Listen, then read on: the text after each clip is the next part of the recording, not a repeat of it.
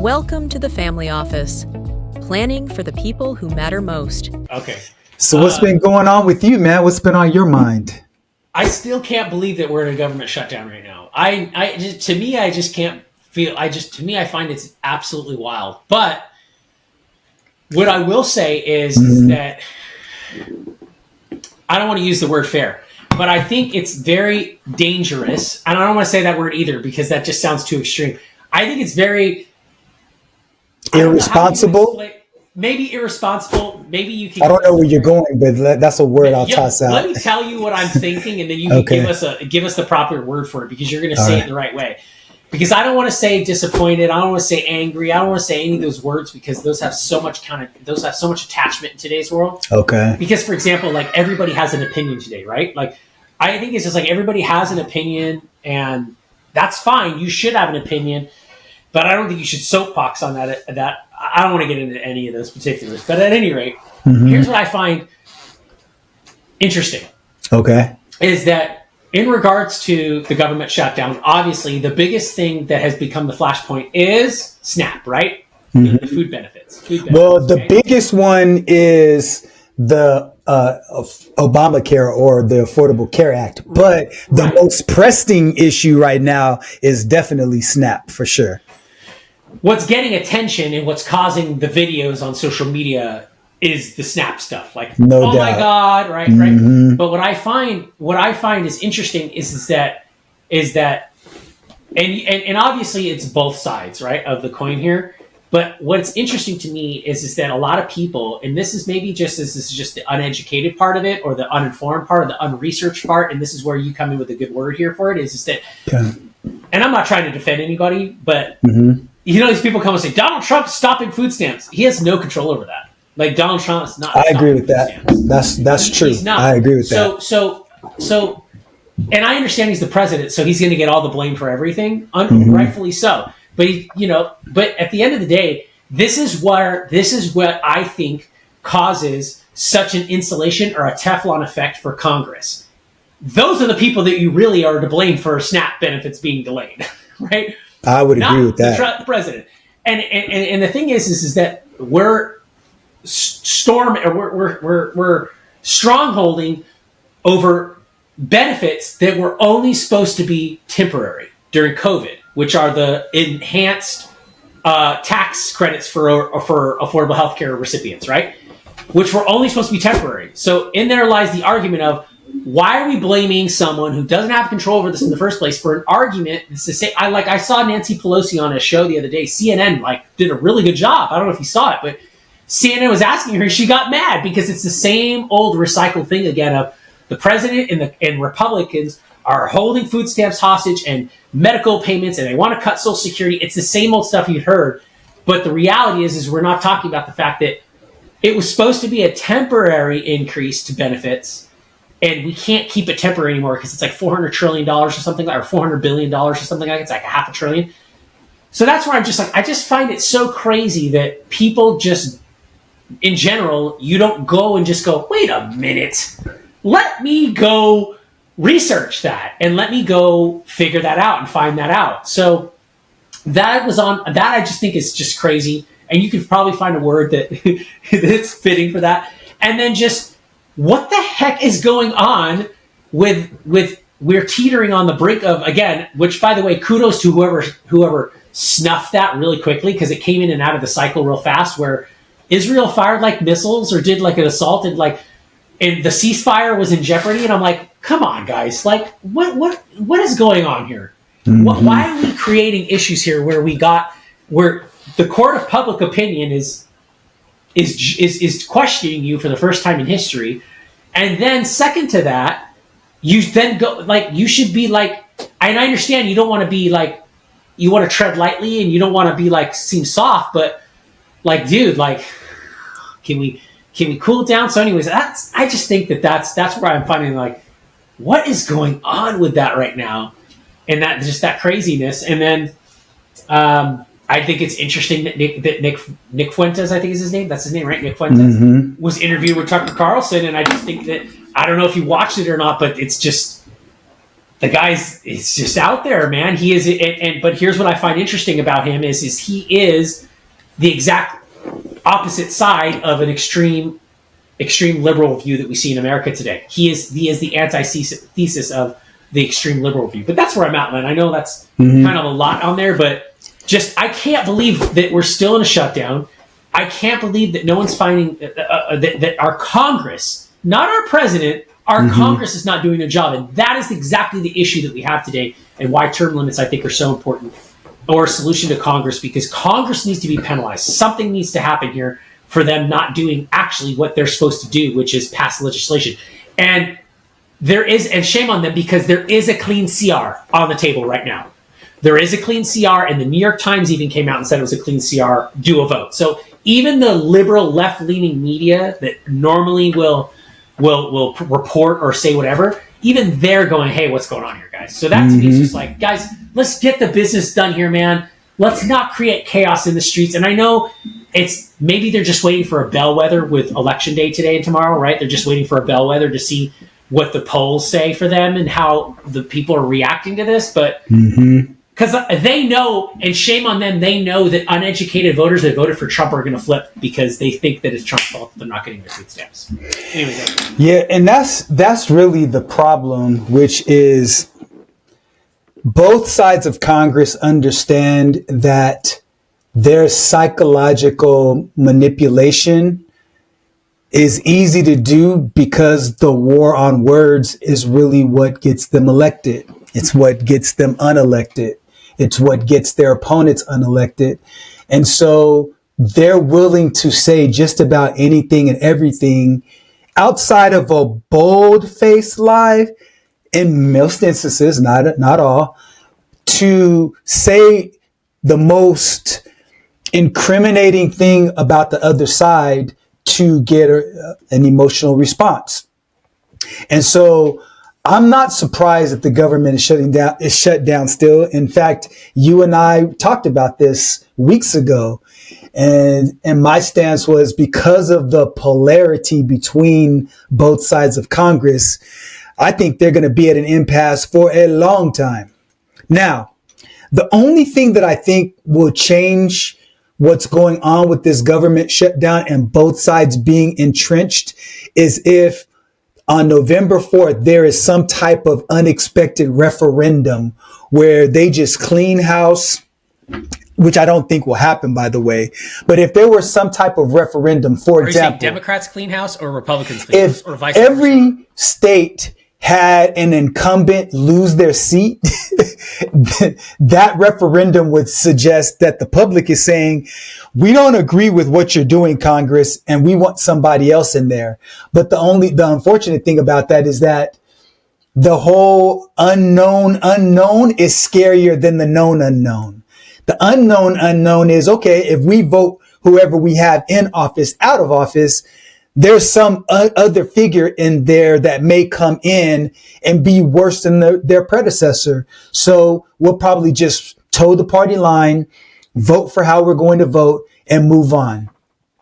But like we said over and over and over, Chris, I think the only way out of this long term is for there to be some type of legislative action that says, in the event there's a government shutdown, nobody federal will get paid, including Congress, and find a way to change those course of directions. Because, the word I would say to what you were saying before is, I'm disappointed, man. That's the word I have, because, and also I'm getting, I don't want to say cynical, but I'm definitely becoming more and more skeptical about both sides of Congress having the capacity to do what's right for the people they're supposed to represent.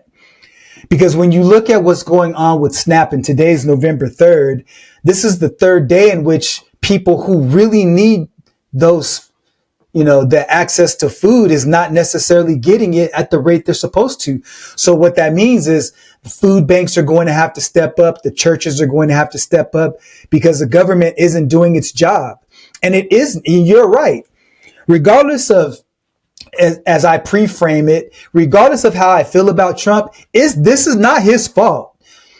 This isn't his fault. It's Congress's fault. So I call the shots like how I see it. Sometimes I'm right. Sometimes I'm wrong. In this case, Congress needs to be reevaluated because they're wrong in what they're doing. And as far as Nick Fuentes goes, whenever you have a society or a population that is angered, that is disillusioned, that is going from skeptical to cynical, then you have voices like the Nick Fuentes of the world, who is as racist as I'll get out. And he's smart, though. He's a very well-spoken, smart, deep thinker. And so regardless of how I feel about his perception about black folks and his perceptions about, different people that are quote unquote minorities, he's a deep thinker. And because of that, he's going to attract a lot of people who his message resonates to. And I think the problem when people like that rise up is because there's so much toxicity that exists right now. And so I'm troubled like you are, man. We may have some different reasons why we're troubled, but I'm really, really concerned about the direction of the country, man, especially considering how Congress is running it right now. Because I don't see any end in sight unless something happens on November 4th. It's kind of almost like you look at it and you kind of get the feeling of it's like, am I being gamed here? Like, it's like, are we all getting gamed here? Like, we're getting gamed here, right? Because when you say that point of saying, I don't have confidence in either side, and obviously the polls and have said that for decades, right? The confidence in Congress has always been low. But see, and that's very low. Nobody gets paid. Nobody gets paid if we have a shutdown or something like that. The problem is these guys don't care. Right. They don't even care about that salary. That salary pays whatever minuscule tax bills they have, right? Off of the companies and the stocks and whatever else they're doing, right? So I agree. I agree. I don't think they really care about that. Yeah. It's kind of almost... I think even though I agree with that, I think that at least freezing their pay is a suggestion that they're at least feeling the pain. Like even there's plausible deniability when they can say, you know what? Hey, I want my paycheck too. Just like all the rest of our federal employees, I'm hurting as well. Even if that's not true, at least if I'm not informed about what your personal income is and what your other business holdings are and all of that thing, I would say, you know what, man, they're feeling the pain with us too. And they definitely want this to work. So it's really in their best interest not to get paid, especially if they have the means to survive, because right now it looks like they don't care because they're going to get their paycheck regardless.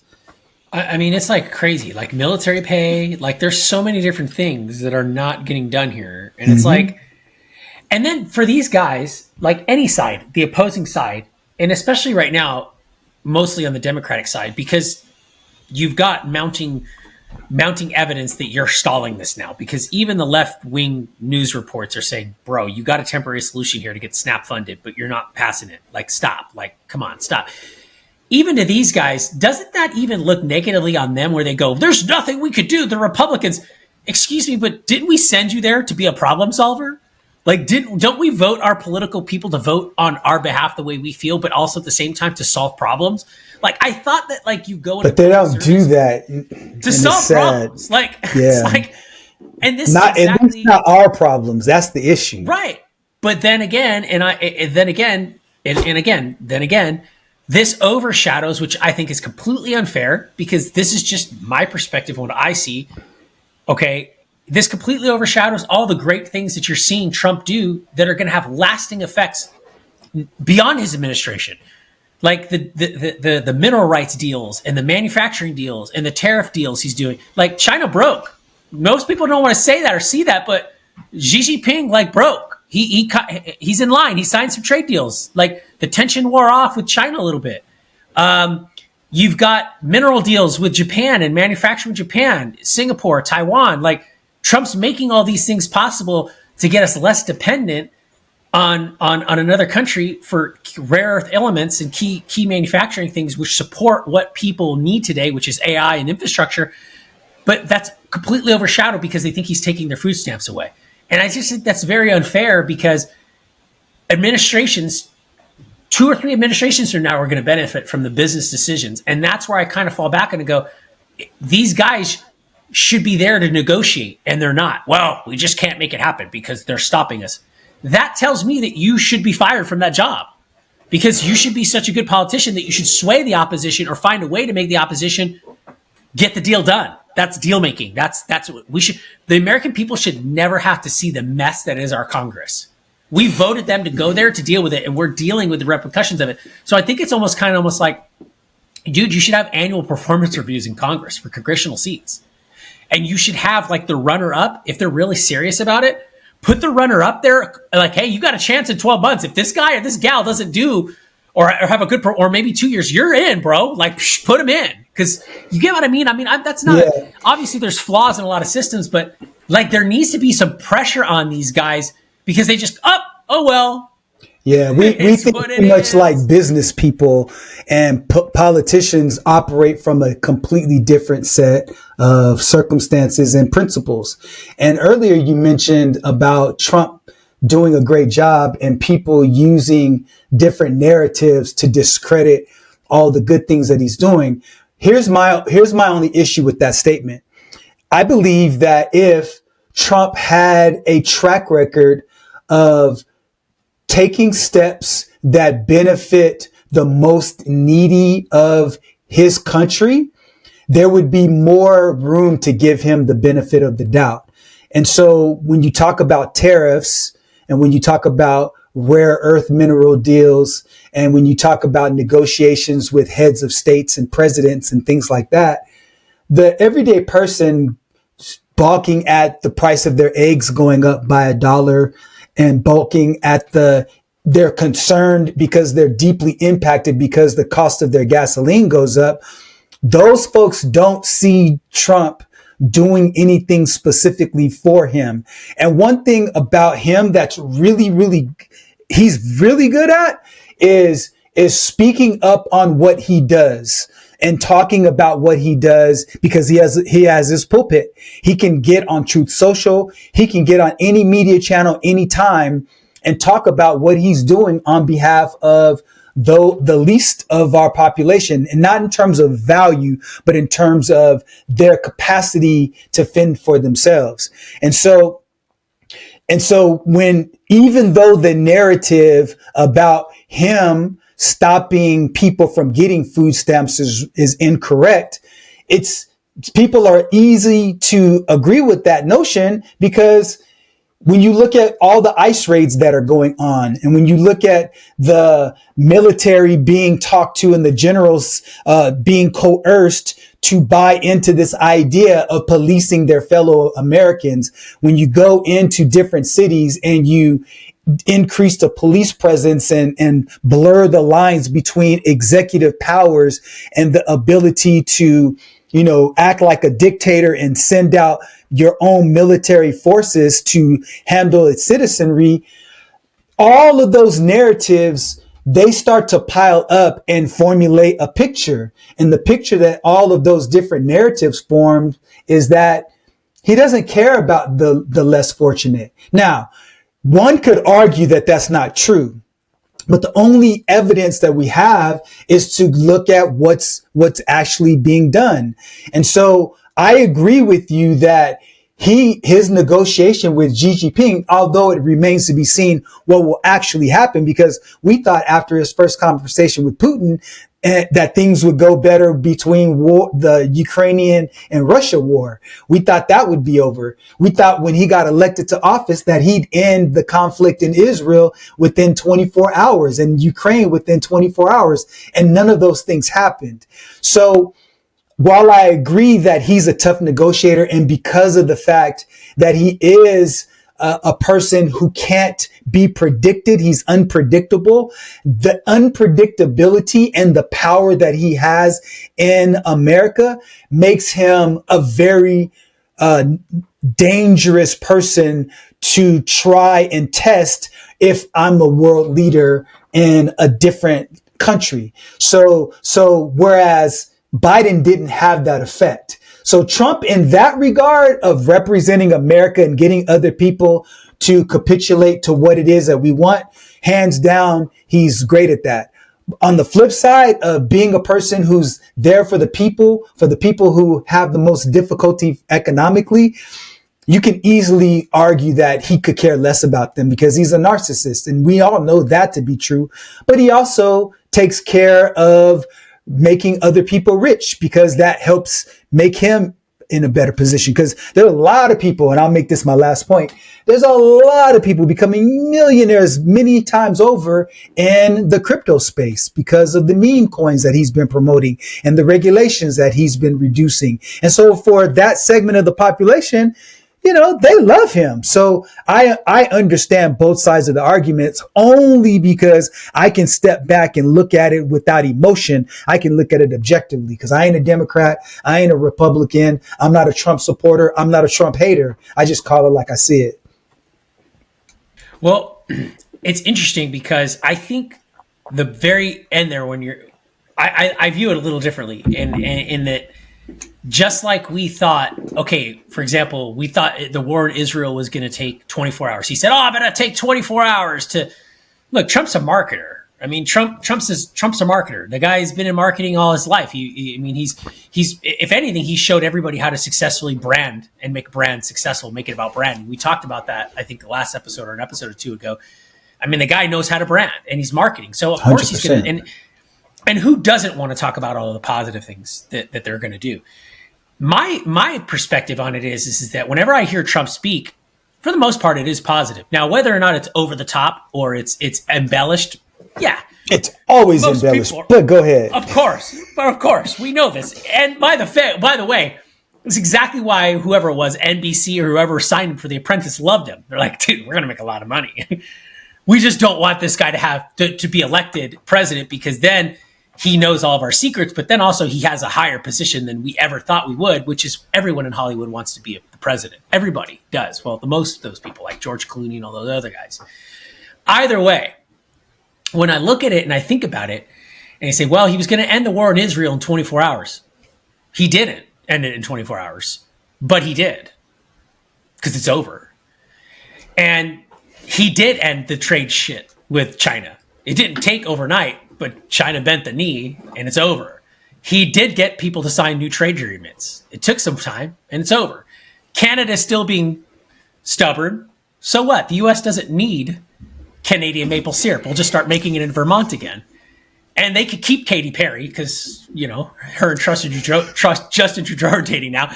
And also, we decided that, you know, we're going to keep the World Series title in America too. So we sent the Blue Jays back home. So we really, you know, at the end of the day, everyone wants to talk. We could talk about it's taking too long, right?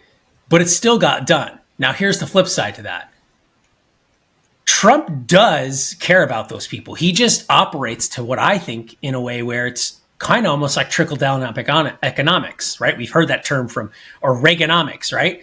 Look, if you support a healthy, lean, financed, innovative, protected by sovereignty, meaning your IP, you don't have to worry about your IP getting stolen, like under like Biden, I think. The Biden administration. There's like 3 years of Biden administration. Obama was in office for 3 years, right? So when you talk about that, or whoever runs those two guys, right? Whenever you talk about that, I love it, Len. You're right? It's going to take time to unwind what took 5 years, 3 years, 4 years to get to where we're at right now. It took 2 or 3 years for us maybe 3 years to get inflation this high. Everybody loved how cheap everything was in 2020, 2021. Nobody thought this was going to flip. So yes, it might not look like he cares about the little people.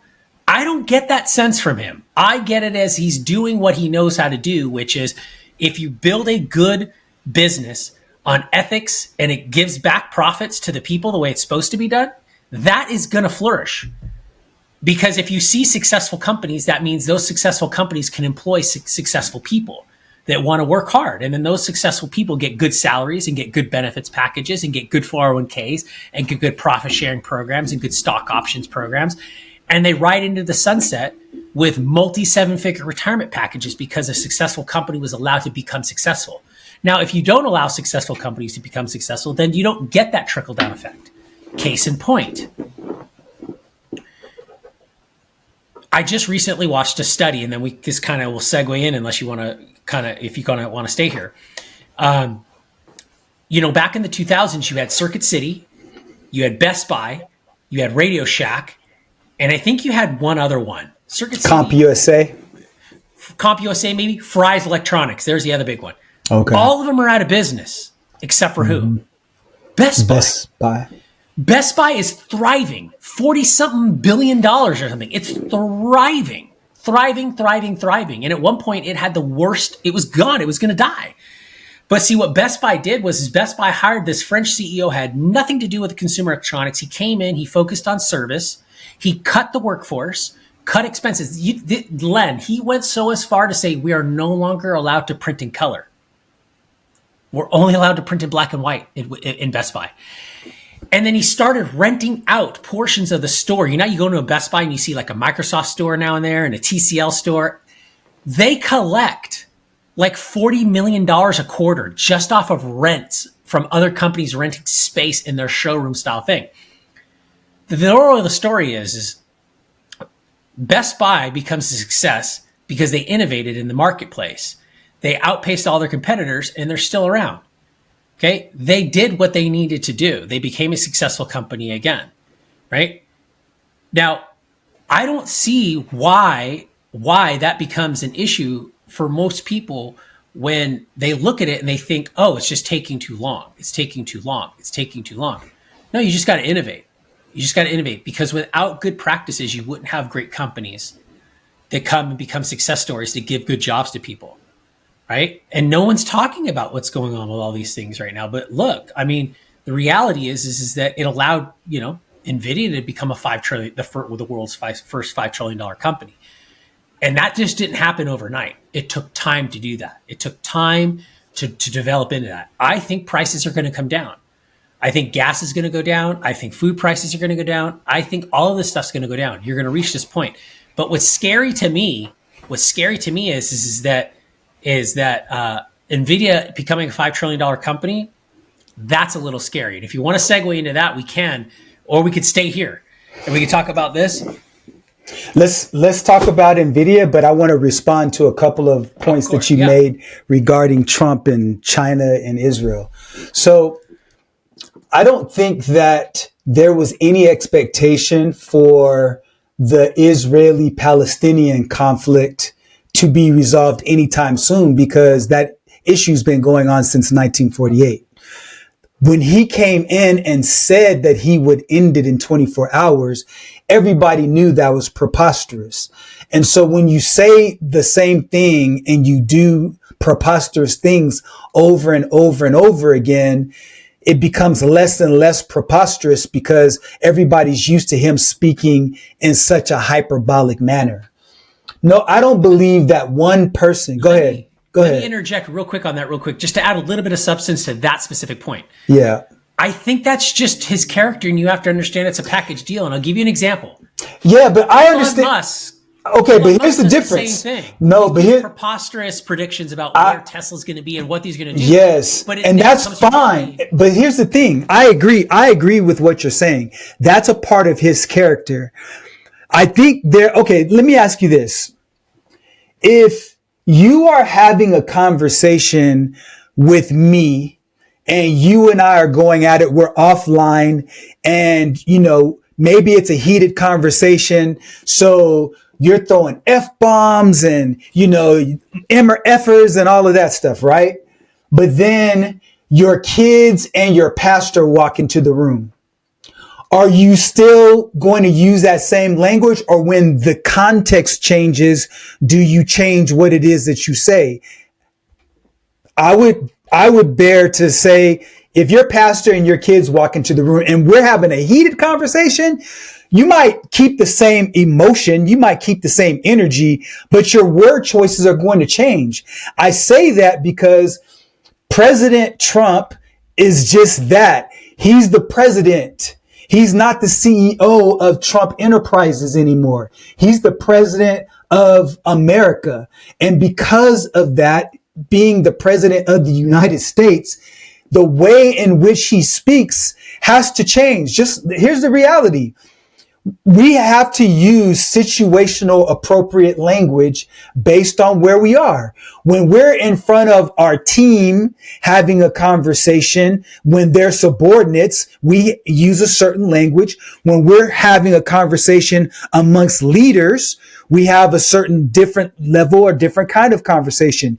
You don't talk to me the same way that you talk to Viola, because this is not situationally appropriate. If you came to me saying, "Oh, Lenny, how are you today? How was your day? How was your day at school? I bet you had a good day." I'd be like, "Bro, what are you talking about?" Situationally, that's not appropriate. And because the stakes are so high for the president, his words matter. And before, his words didn't matter the same. We can say, "Oh yeah, that's just Donald being Donald." No, no, no. He's the president. His words change in environments. His words change stocks. His words change economies because his words matter. And so he needs to understand that. And so when he says that, what's happened between he and Xi Jinping was great, we don't know that yet. We won't see what really happened behind closed doors until we see Chinese products a year from now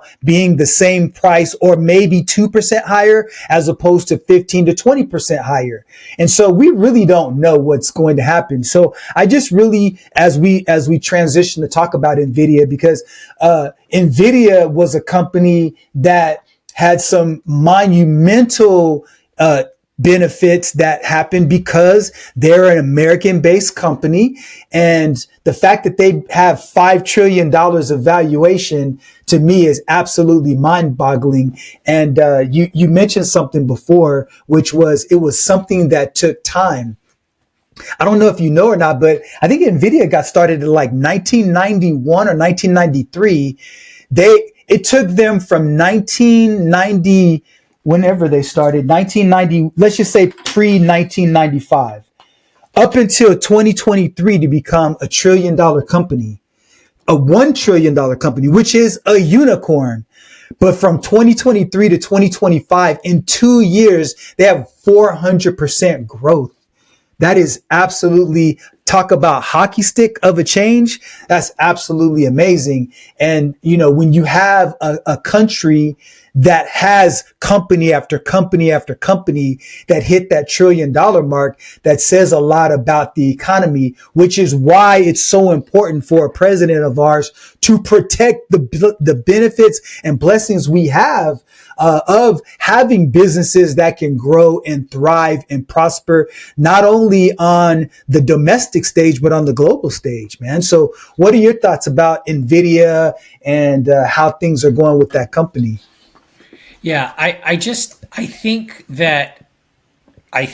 yes, I don't think that Nvidia would have grown. And I know this is a wild speculation, but I don't think you have the benefit that you'd have here if we didn't have the current administration. Really? If Kamala Harris would have got elected, there's no way you would have seen this. There's just absolutely no way, because there's just absolutely no way. Because the deals and the negotiations and the channels that are flowing right now, they would have happened with a different world leader. And I think that Nvidia becoming a $5 trillion company, you're absolutely right. Look, I think it was this past summer where they became the first $4 trillion company. You're right. Talk about speed there, right? So here's what's concerning to me about Nvidia becoming a $5 trillion company. I think that, a lot of people are going to say you're in a bubble. And we are probably in a bubble. And if you look at it, there's something called a Buffett index. And when you look at the Buffett index, it's the percentage of the S&P 500 compared to the GDP, right? Compared to the GDP of a country. In Nvidia, I think there's only 2 countries in the world that have a GDP higher than Nvidia right now. That's the United States and China. Yeah, right? That's right.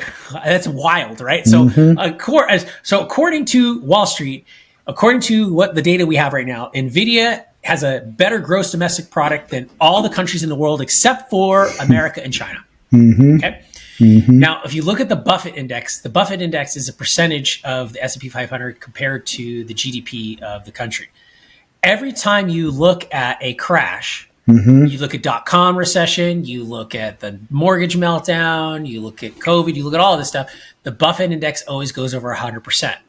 Do you know where it's at right now? So like 140, something like that? 200%. Wow, that's crazy. Meaning the S&P 500 is 200% more or something than the total GDP of the United States. Wow. Okay, you go look the numbers up. That's a bubble. That's a bubble. That's fake. That's scary, man. That is scary. So, real quickly before you make that point, can you really explain to people who may not understand what that really means in layman's terms, this whole Buffett index and the S&P and GDP relationship, and really what that means? So in other words, what we're saying is that all the S&P 500 is worth more or could produce more value than the entire United States economy by 100-fold, by double. By double, 2x.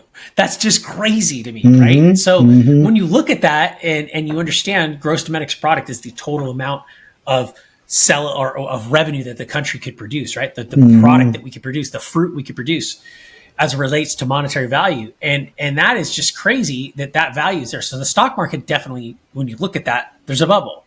Okay, cool. There's going to be some type of reset with this, with the looks. That being said, Len, it's always great to see you. I always appreciate the conversations, and I'll see you in the next one. All right, Chris, always great. Thank you, sir. Conversation has given you clarity on your next steps. Please share this episode with someone who's walking the same path. Don't forget to like and subscribe so you won't miss future episodes. And remember, planning ahead isn't just prudent, it's an act of care. Thanks for joining us, and we'll see you next time on The Family Office.